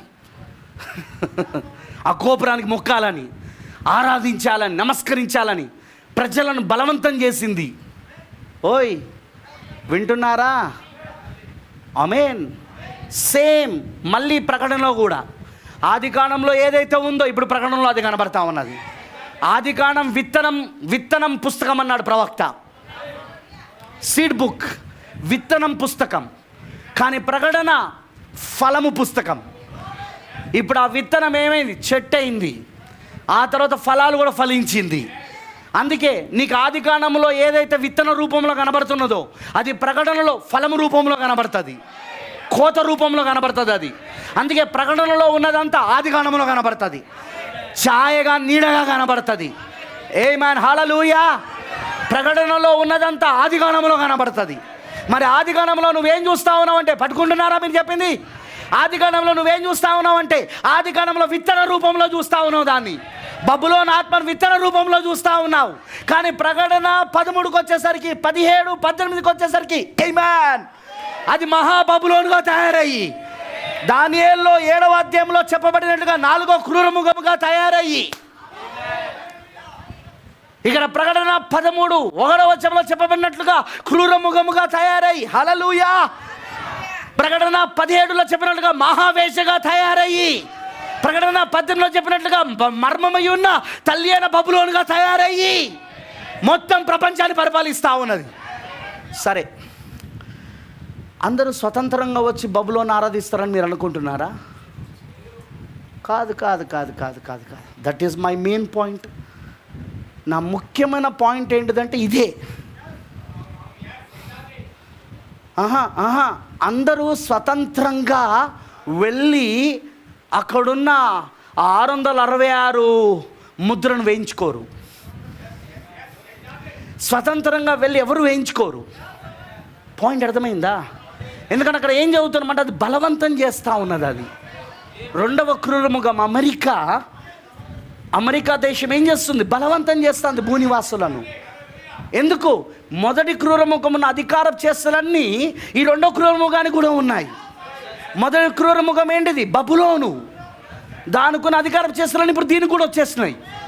ఇది మోసపరిచే ఆత్మ కలిగి ఉన్నది. ఇది సైన్స్ అంటుంది, 5G అంటుంది, 5th జనరేషన్ అంటా ఉన్నది, 3D 5D అంటే 5th డైమెన్షన్ అంటా ఉన్నది. వింటున్నారా? హైడ్రోజన్ బాంబ్స్, తర్వాత విశ్వంలో ప్రయాణం చేయడాలు, రాకెట్, స్పేస్, ఇవన్నీ మాట్లాడుతూ ఉంది. అవునా? అవన్నీ ఏంటిది? సూచక్రియలు. అవి ఆ సూచక్రియల ద్వారా ఏం చేస్తుంది? ప్రపంచాన్ని మోసం చేస్తూ ఉన్నది. అది ఆ సూచక్రియల ద్వారా ఏం చేస్తుంది? ఇప్పుడు అది మోసపరుస్తూ ఉన్నది. చేస్తూ ఏం చేస్తుంది? ఇప్పుడు మొదటి క్రూరముఖంకు ప్రతిమ తయారు చేయాలని ప్రపంచంలో ఉన్న అన్ని భాషలు మాట్లాడేవారిని, ఆయా భాషలు మాట్లాడేవారిని, ఆయా వంశంలో ఉన్న వారిని, అవునా, అందరి ప్రజలను బలవంతం చేస్తూ ఉన్నది. ఆమేన్, హల్లెలూయా. ఈ బలవంతపరిచే ఆత్మనే బబులోను ఆత్మ. ఓకే, ఇప్పుడు నేను చూపించబోయేది, నేను ఇప్పుడు మీకు చెప్పబోయేది ఎంటైమ్ మెసేజ్లో ఉన్న వాళ్ళ వీడియోలు కావు. సరే, ఎంటైమ్ మెసేజ్ వల్ల మనం ఇవన్నీ నమ్ముతాం కాబట్టి ఓకే. కానీ ఇప్పుడు మనం చూపించబోయేది వాళ్ళు కనీసం క్రిస్టియన్స్ కూడా కాదు, వాళ్ళ పేర్లు క్రిస్టియన్ పేర్లే, కానీ వాళ్ళ క్రిస్టియన్ కూడా నమ్మరు వాళ్ళు. కానీ వాళ్ళు చెప్పే విషయాలు మీరు వినండి, యూ విల్ బి సర్ప్రైజ్, మీరు ఆశ్చర్యపోతారు. ఇప్పుడు అమెరికా దేశం యొక్క అధ్యక్ష పదవికి నవంబర్ నెలలో ఎలక్షన్స్ ఉన్నాయి, తెలుసుగా మీ అందరికీ, ఎన్నికలు ఉన్నాయి. ఎన్నికలలో మళ్ళీ ట్రంప్ మళ్ళీ ఇప్పుడు పార్టిసిపేట్ అవుతున్నాడు. తను మళ్ళీ ఆ ఎన్నికలో నిలబడుతున్నాడు. రెండు పార్టీలు ఉంటాయి అక్కడ, ఒకటి డెమోక్రటిక్ పార్టీ, ఇంకోటి రిపబ్లికన్ పార్టీ. రెండే పార్టీలు అక్కడ ఎప్పుడు కూడా పోటీలో నిలబడతాయి. ఈ రెండు పార్టీలలో ఇప్పుడు ప్రస్తుతము బీడన్ ఆయన పేరు, ఆయన కూడా ప్రత్యర్థిగా నిలబడి ఉన్నాడు ఇప్పుడు ప్రస్తుతం. అయితే ట్రంప్ ఇప్పుడు ప్రస్తుతము తను ఇచ్చిన స్టేట్మెంట్, అంటే తాను ఇప్పుడు నెక్స్ట్ ఎలక్షన్స్లో గెలవడానికి తాను ఎలక్షన్స్లో చేస్తున్న ప్రచారంలో ఒక ముఖ్యమైన వీడియో ట్రంప్ ఇప్పుడు విడుదల చేశాడు. ఆ వీడియో మీరు చూడాలని నేను కోరుతా ఉన్నాను. ఆ వీడియోని మీరు చూడాలి. అది ఇంగ్లీష్లో ఉంది ప్రస్తుతం ఆ వీడియో. దాన్ని కూడా నేను తెలుగులో మీకు ఇస్తాను. తెలుగులో మీకు నేను ఆ మ్యాటరు తెలుగు తర్జుమా చేసి మన ఒక గ్రూప్లో పెడతాను. ప్రస్తుతం ఆ వీడియో మాత్రం చూడండి. ఆ వీడియోని మీరు గమనించాలని నేను కోరుతా ఉన్నాను. Okay. Dan Seaton founded a movement that created thousands of schools and lifted children out of poverty. And the great Al Smith, the original from the very beginning of our republic. President Trump addresses, నేను చెప్తుంటా ఆపాలా. President Trump addresses Catholics directly. క్యాథలికుల గురించి నేరుగా చెప్పేస్తున్నాడు. తన election agenda ఏంటిది, తను చేయబోయేది ఏంటిది. Already first time కూడా ఇదే చెప్పాడు, కానీ ఈసారి ఇంకా స్ట్రాంగ్గా చెప్తున్నాడు, ఇంకా గట్టిగా చెప్తున్నాడు నేరుగా. మీకు ఎంతమంది గుర్తున్నది, ప్రవక్త బ్రెన్హామ్ గారు 1933లో చూసిన ఆ 7 దర్శనాలలో 6వ దర్శనం, ఒక క్రూరమైన స్త్రీ ప్రపంచాన్ని పరిపాలిస్తుందని. మరి అది రోమన్ క్యాథలిక్ అయి ఉంటుందని అన్నాడా లేదా ప్రవక్త? సరిగ్గా అది ప్రవక్త ఉన్నప్పుడే నెరవేర్పు జరిగింది. అదేంటిదంటే, ఎప్పుడైతే ప్రవక్త బ్రెన్హామ్ గారు 1959లో ఆయన ఉన్నప్పుడు అమెరికా దేశానికి అధ్యక్ష ఎన్నికలు జరిగినప్పుడు జాన్ ఎఫ్ కెనడీ, ఆయన పేరేం పేరంటే జాన్ ఎఫ్ కెనడీ గెలిచాడో, వింటున్నారా నేను చెప్పింది? ఆల్రెడీ నేను ఇదివరకు చెప్పాను మెసేజ్లో. జాన్ ఎఫ్ కెనడీ ఎప్పుడైతే గెలిచాడో అప్పుడే ప్రవక్త అన్నాడు, ఇప్పుడు ఆ వైట్ హౌస్ అంటే అమెరికా దేశ అధ్యక్షుడు ఉండే భవనం అన్నమాట, దాన్ని వైట్ హౌస్ అంటారు. ఇప్పుడు ఆ వైట్ హౌస్లోనికి ఆల్రెడీ ఆ క్రూరమైన స్త్రీ వచ్చి కూర్చున్నది అన్నాడు ఆయన. ఎందుకంటే జాన్ ఎఫ్ కెనడీ ఎవరంటే ఒక క్యాథలిక్ వ్యక్తి. అంతకుముందు దాకా ప్రొటెస్టెంట్ సంబంధించిన వాళ్ళే గెలుచుకుంటూ వచ్చారు అమెరికా దేశంలో అధ్యక్ష పోటీలలో. కానీ ఫస్ట్ టైం ప్రవక్త ఉన్నప్పుడు మొట్టమొదటిసారిగా జాన్ ఎఫ్ కెనడీ ఎప్పుడైతే క్యాథలిక్ ఓట్ల ద్వారా క్యాథలిక్ బ్యాక్గ్రౌండ్ అయి ఉన్న ఈయన ఎప్పుడైతే గెలిచాడో ప్రెసిడెంట్గా, అప్పుడే ప్రవక్త అన్నాడు, ఇప్పుడు అక్రూరమైన స్త్రీ వైట్ హౌస్లో కూర్చొని ఉన్నది. అక్రూరమైన స్త్రీ ఏంటో కాదు, Roman Catholic.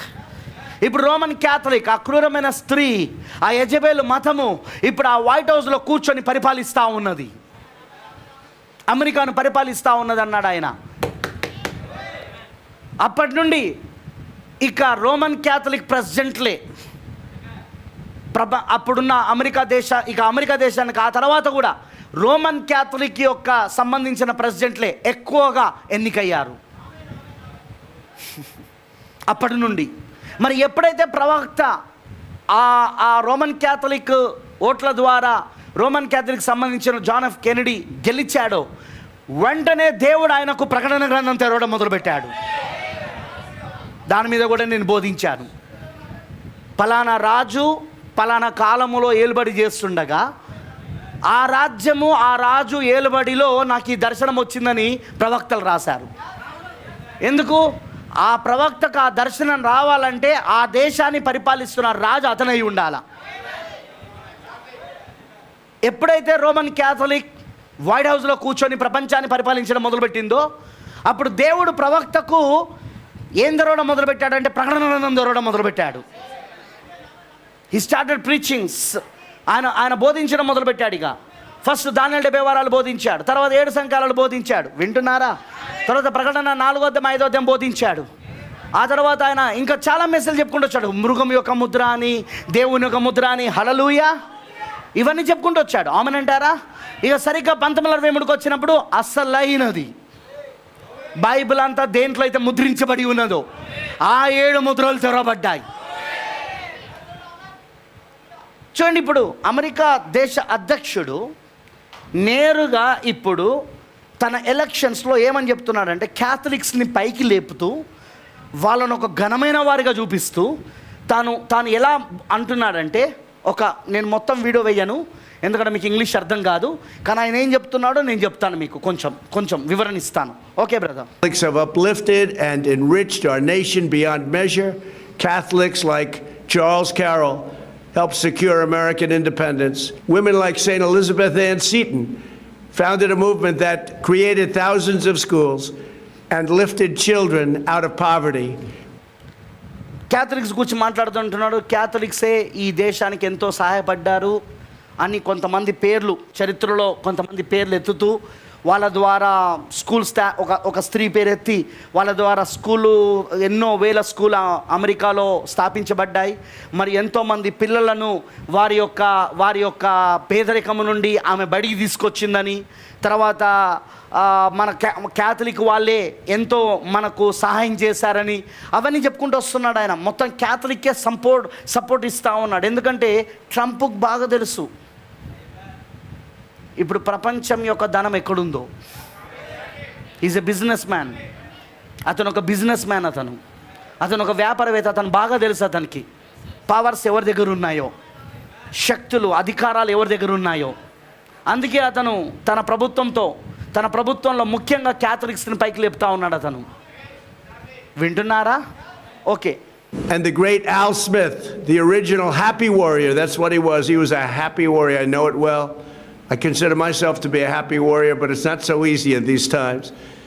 But he was a happy warrior of American politics. He spent his life fighting for hard-working Americans and battling the anti-Catholic prejudice that you see even today coming out of the Democrat Party.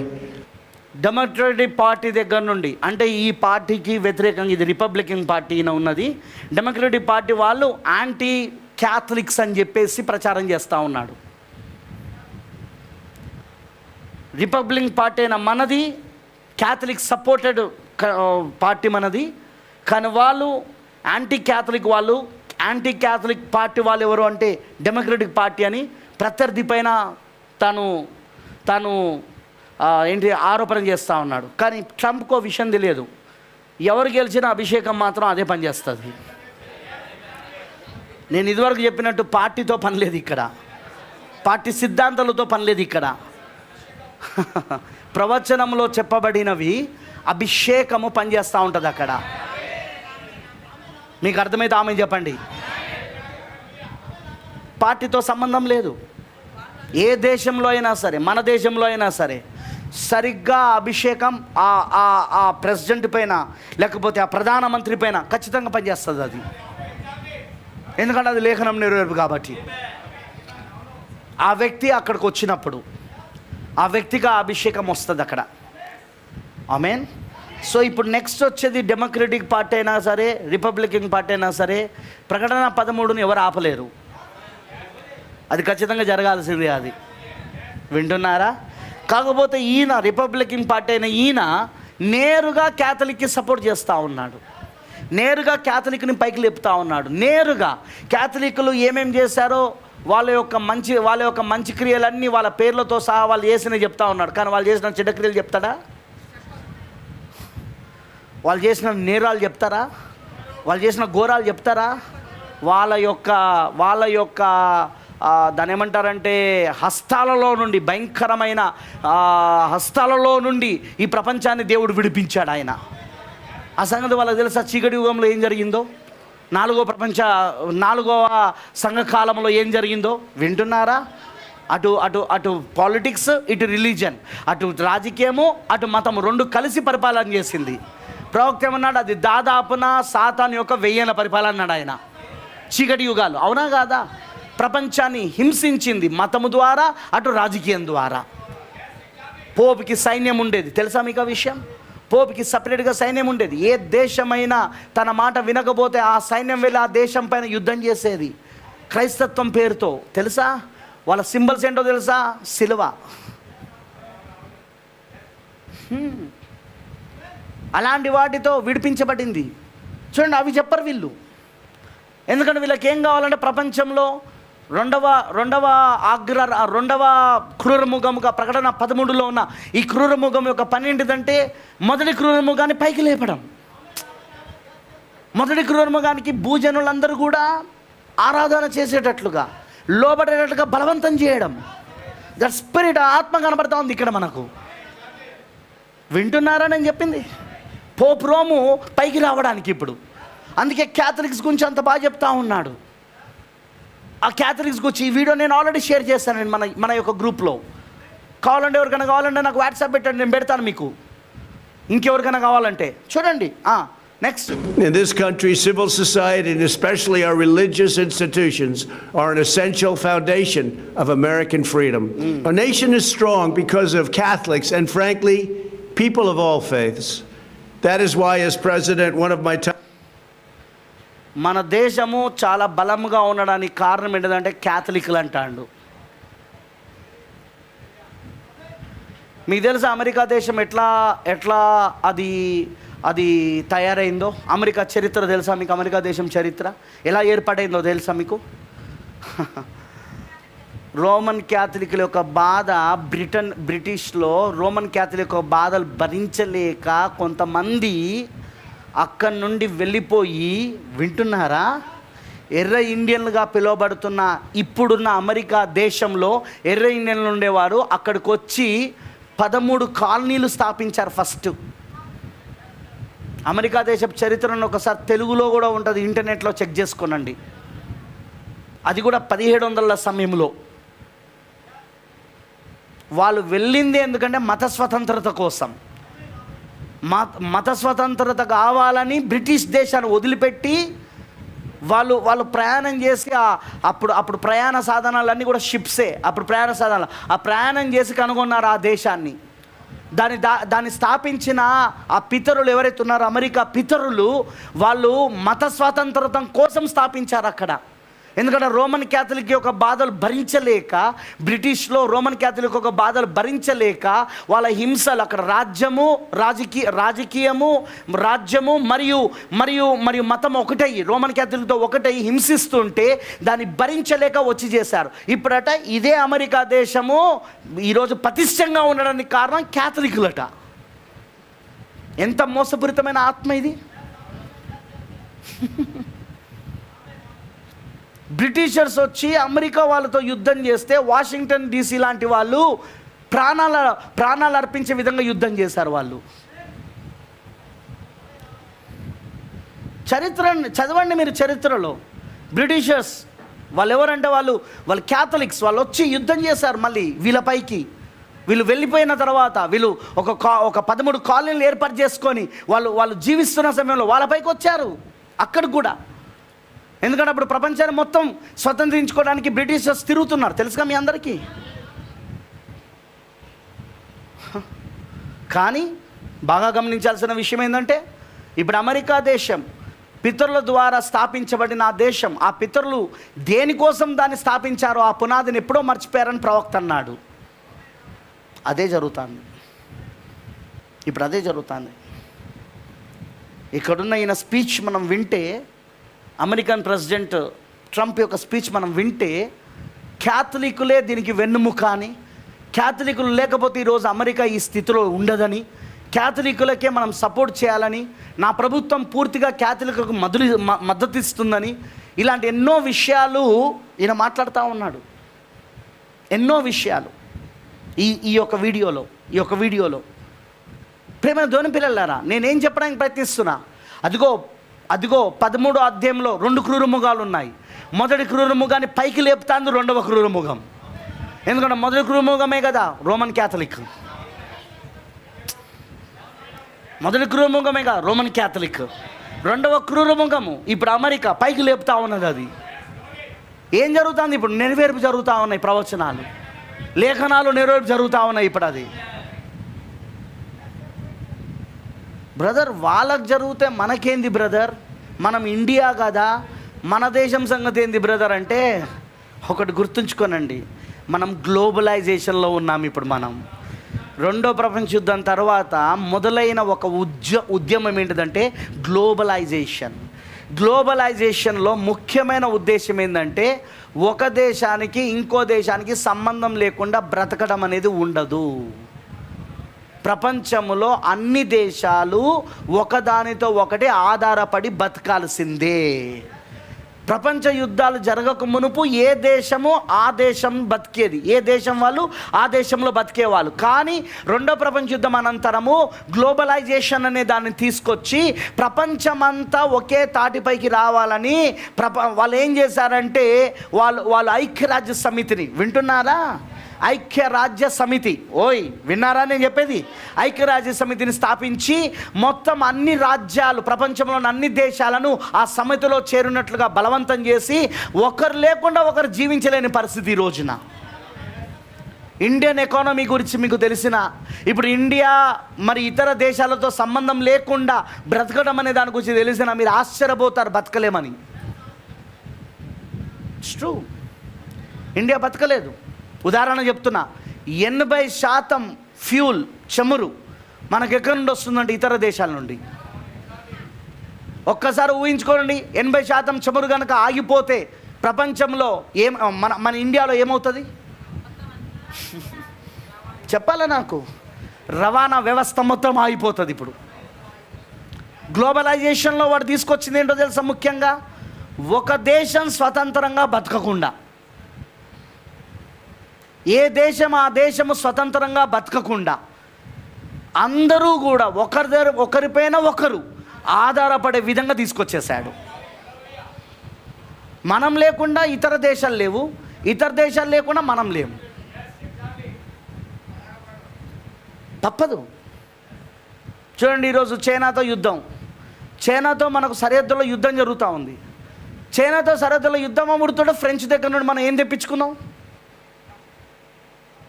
చెప్పండి? కరెక్టే, Rafale air crafts తెప్పించుకున్నాం, ఆధునికమైన air క్రాఫ్ట్లు అవి.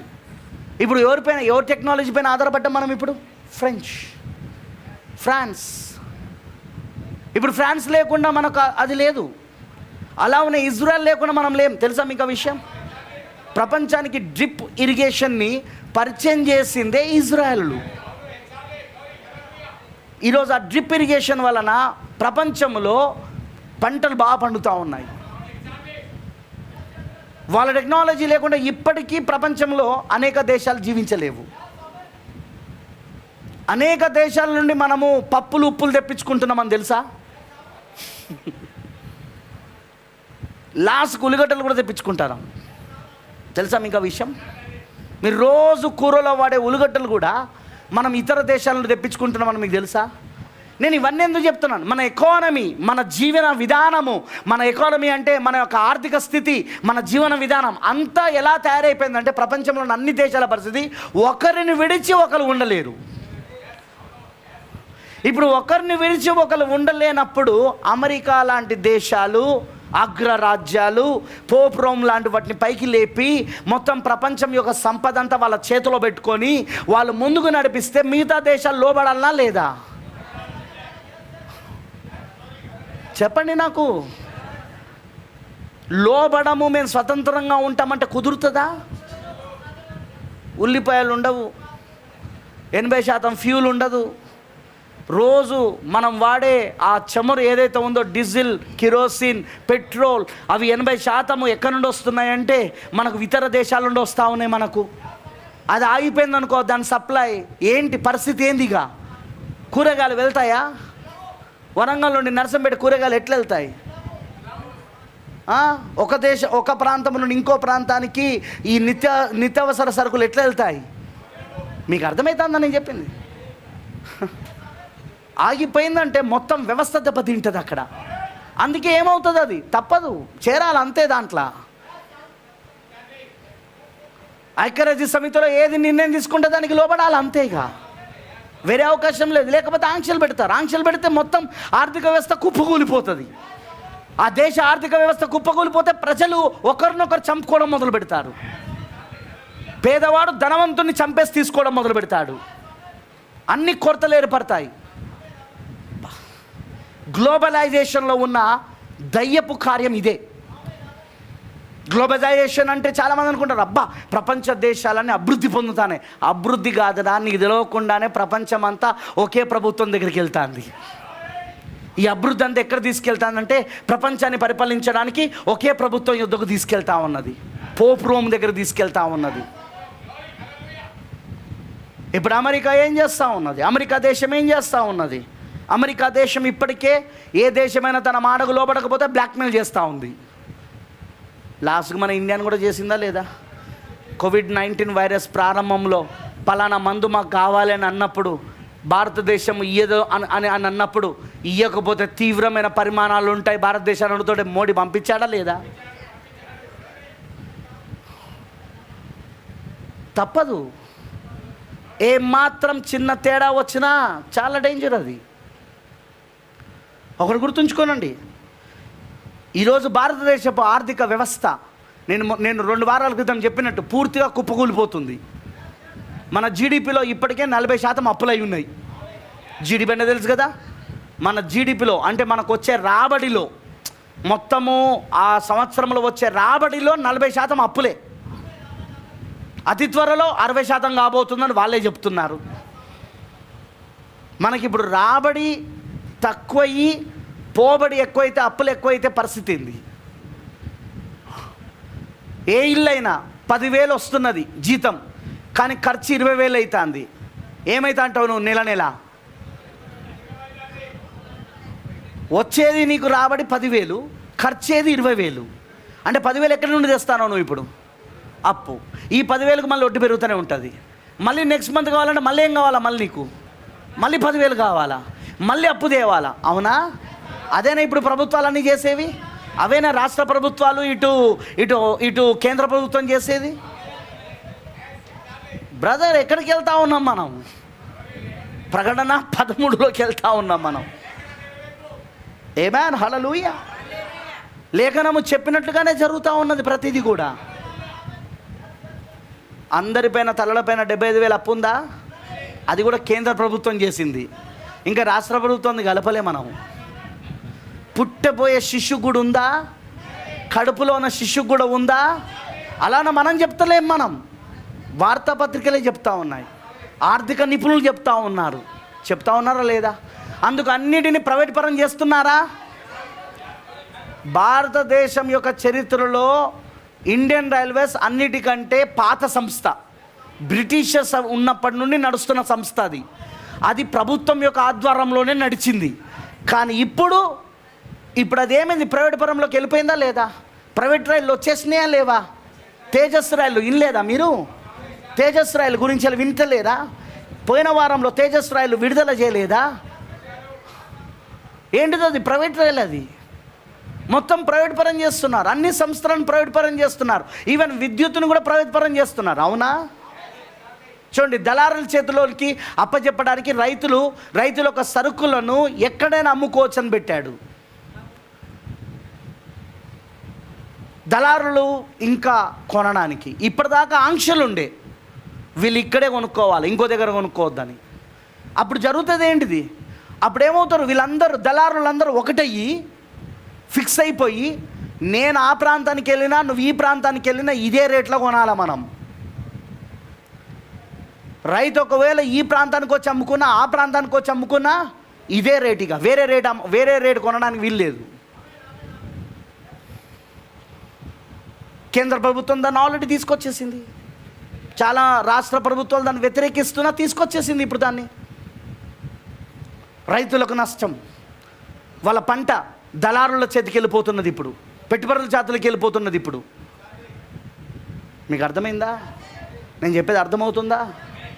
చూడండి, ఇదంతా ఎటు తీసుకెళ్తున్నదంటే, ఇప్పుడు విద్యుత్ శాఖను కూడా ఏం చేస్తున్నారు వాళ్ళు? ప్రైవేట్ పరం చేస్తున్నారా లేదా?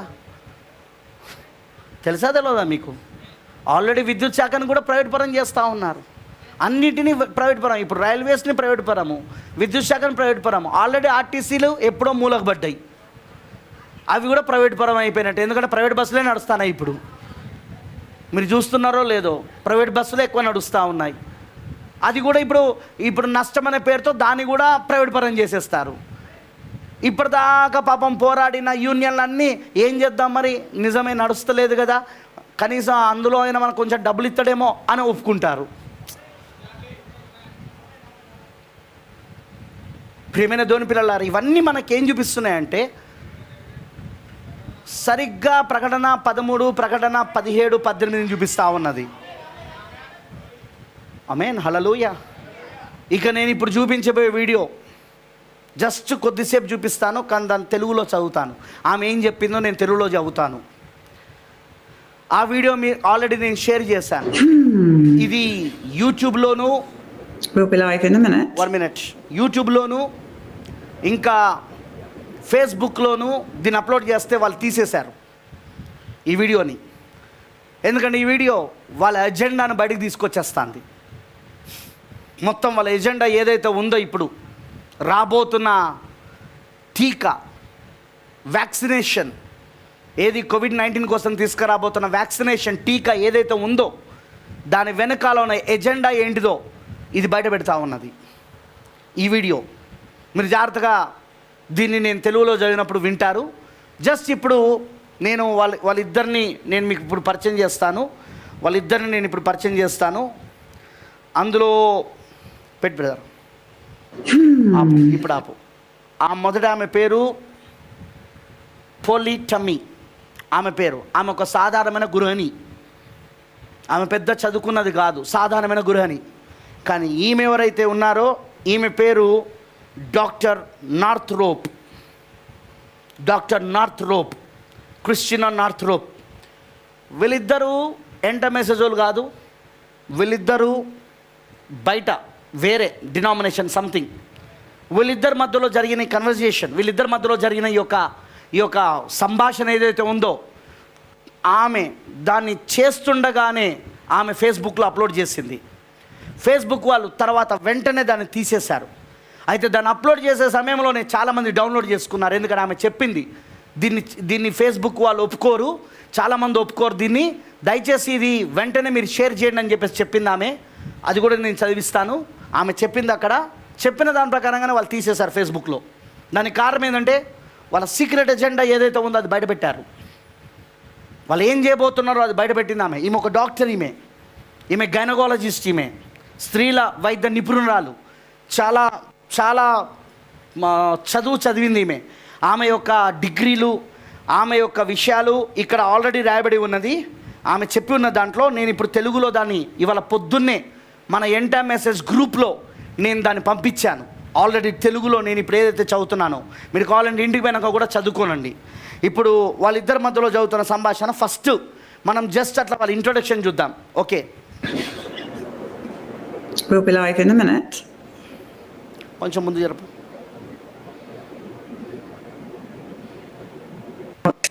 Well, I just want to say to the people who are jumping on now to watch this, please share this video now. Share it as we speak, because if the chances are it will get taken. ఉండగానే ఈ వీడియోను దయచేసి share చేయండి. ఎందుకంటే దీనిని వీళ్ళు ఉంచరు. ఈ యొక్క ఎవరైతే ఉంటారో ఫేస్బుక్ మాధ్యమం వాళ్ళు ఎవరైతే ఉంటారో వాళ్ళు దీన్ని ఉంచరు, డిలీట్ చేస్తారు. వెంటనే షేర్ చేయండి అని చెప్పేసి ఆమె చెప్తా ఉన్నది ఇంగ్లీష్లో. అదే ఆమె చెప్పేది. ఇప్పుడు అది చెప్తూ ఆమె అడిగిన ప్రశ్నకు ఈ డాక్టర్ చెప్పారు, అది అట్లనే ఉంచు, ఇక అవసరం లేదు. ఈ వీడియో మీరు పంపించాను, మీరు చూడండి. ఇంగ్లీష్ వచ్చిన వాళ్ళైతే చూడండి, తెలుగు వచ్చిన వాళ్ళు మాత్రం ఇప్పుడు నేను చదువుతున్నది మీకు ఆల్రెడీ పంపించేశాను ఎంటైర్ మెసేజ్ గ్రూప్లో. దాన్ని నేను ఇప్పుడు చదువుతున్నాను, జాగ్రత్త వినండి. ఈమె పేరు ఫస్ట్ అక్కడ ఉన్న ఆమె పేరు పొల్లి టమ్మీ. మరికొద్ది సమయంలో ప్రత్యక్ష ప్రసారం ప్రారంభమవును. ఏమి జరుగుతున్నదో నాకు అర్థం కావడం లేదు. అక్కడ టెక్నీషియన్, ఇదంతా నడిపిస్తున్న టెక్నీషియన్ అంటున్నాడు, కొన్నిసార్లు సమయం తీసుకొను అని చెప్తున్నాడు. పొల్లి, నేను 1 నిమిషం సమయం తీసుకుంటాంది, మరి మీ ఫోన్ ఈ సమయంలో ఆగిపోయింది. డాక్టర్ నార్థ్రోప్, అలాగే అది ఆగిపోయింది. తర్వాత పొల్లి, ఇప్పుడు ఆమె పేరు పొల్లి టమ్మీ అనమాట. ఆమె అంటున్నది ఇప్పుడు ఆ మొదటి స్త్రీ, ఓలీ, ఇది ఆ డాక్టర్ యొక్క పేరు. ఓలీ, మనము ప్రత్యక్ష ప్రసారంలో ఉన్నామా లేదా ఓసారి పరీక్షించగలవా? మనం ప్రత్యక్ష ప్రసారంలో ఉన్నాం. నేను ఇప్పుడు మాట్లాడుచుండగా మనము ప్రత్యక్ష ప్రసారంలో ప్రవేశించాం. సరే, హలో ప్రజల్లారా, ప్రజలు చూస్తున్నారు. మేము ఈ ఇంటర్వ్యూను ప్రసారం చేస్తున్నామని ముందుగా ప్రకటించలేదు. ఎందుకనగా మొదలు పెట్టకు ముందుగానే అది ఆపివేయబడుట మాకు ఇష్టం లేదు. ఇది గనక ముందే చెప్పిందనుకో, అది మొదలు పెట్టక ముందే దాన్ని ఆపేస్తారు వాళ్ళు ప్రసారం చేయనీయకుండా. కానీ ఇప్పుడు ఈ ఇంటర్వ్యూను చూస్తున్న వారికి నేను చెప్పేది ఏమిటి అంటే, ఇప్పుడు దీన్ని మీరు షేర్ ఇట్, పంచుకోండి. ఈ అవకాశము, ఈ వీడియోని ఇప్పుడే మీరు చూస్తుండగానే మీరు ఇతరులతో పంచుకోనండి. ఎందుకనగా ఇది తొలగించబడే అవకాశం ఉన్నది. తొలగించేశారు ఆల్రెడీ ఫేస్బుక్లో నుండి. మేము దీన్ని రికార్డ్ చేస్తున్నాము. మా స్థానిక ఛానల్ మరి సోషల్ మీడియా మరియు అన్ని స్థలములలో దీన్ని ప్రసారం చేయాలని ఉన్నది. ఇది చాలా ప్రాముఖ్యమైన ఇంటర్వ్యూ. ఎందుకనగా మనతో పాటు అత్యంత ధైర్య సాహసము కలిగిన గొప్ప డాక్టర్ ఉన్నారు. ఆ రెండవ ఆమె మిమ్మల్ని మీరు పరిచయం చేసుకున్నదిగా నేను కోరుచున్నాను.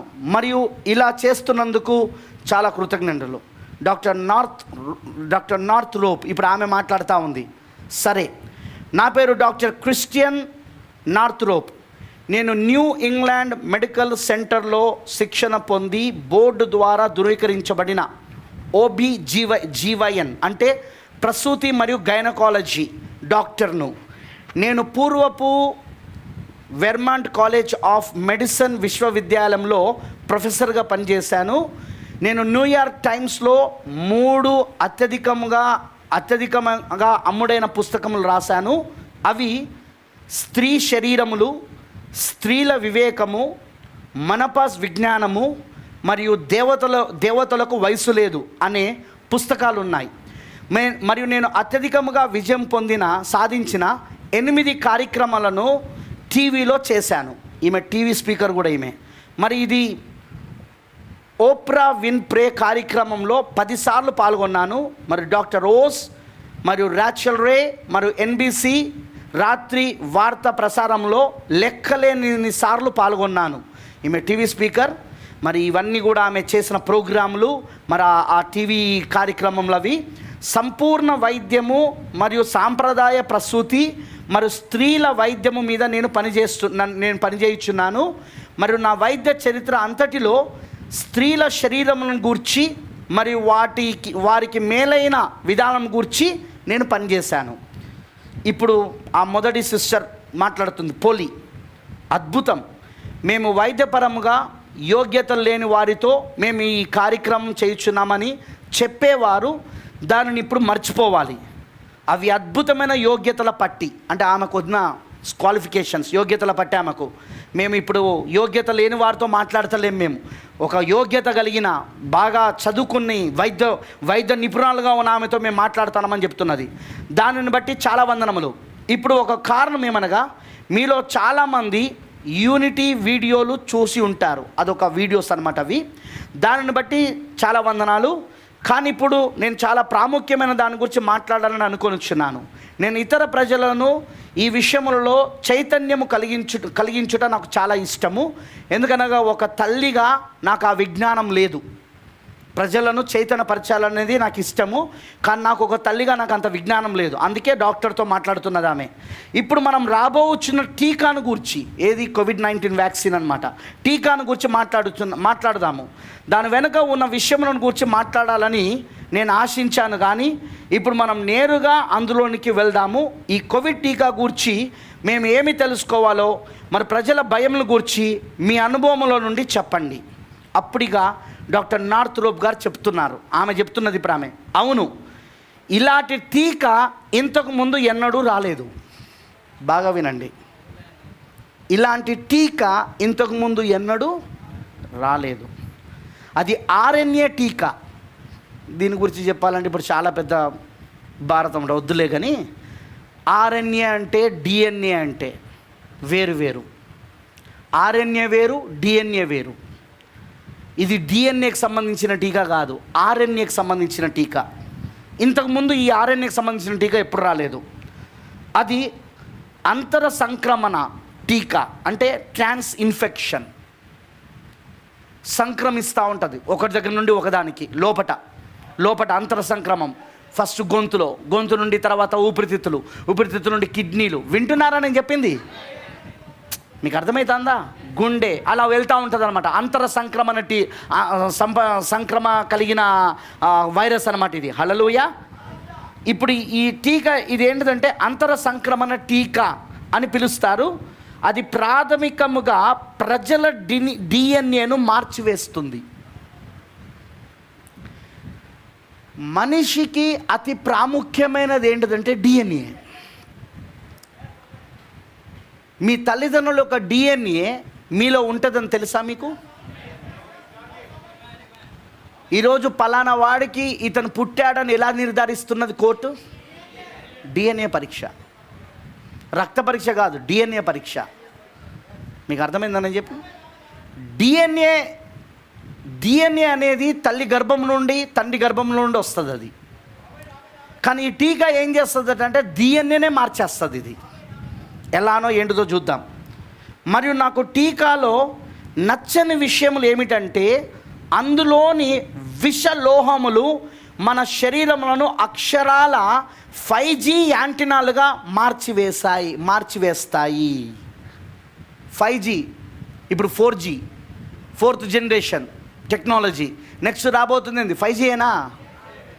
ఈ టీకా ద్వారా మనము యాంటీనాలుగా మారబోతున్నాం. ఎలా అంటే మన డిఎన్ఏనే మార్చబోతుంది ఇది. 5G 5th జనరేషన్ యాంటీనా అంటే తెలుసుగా మీకు, రిసీవర్స్. యాంటీనాలుగా మార్చేస్తాయి. మరి ఇందులో మానవ రహితమైన డిఎన్ఏలు ఉన్నాయి. ఇప్పుడు తయారు చేస్తున్న దీంట్లో మానవ రహితమైన డిఎన్ఏలు ఏంటిది? అవి ఉదాహరణకు కోతులు మరియు పందులు మరి అలాంటి జంతువుల నుండి తీయబడినవి.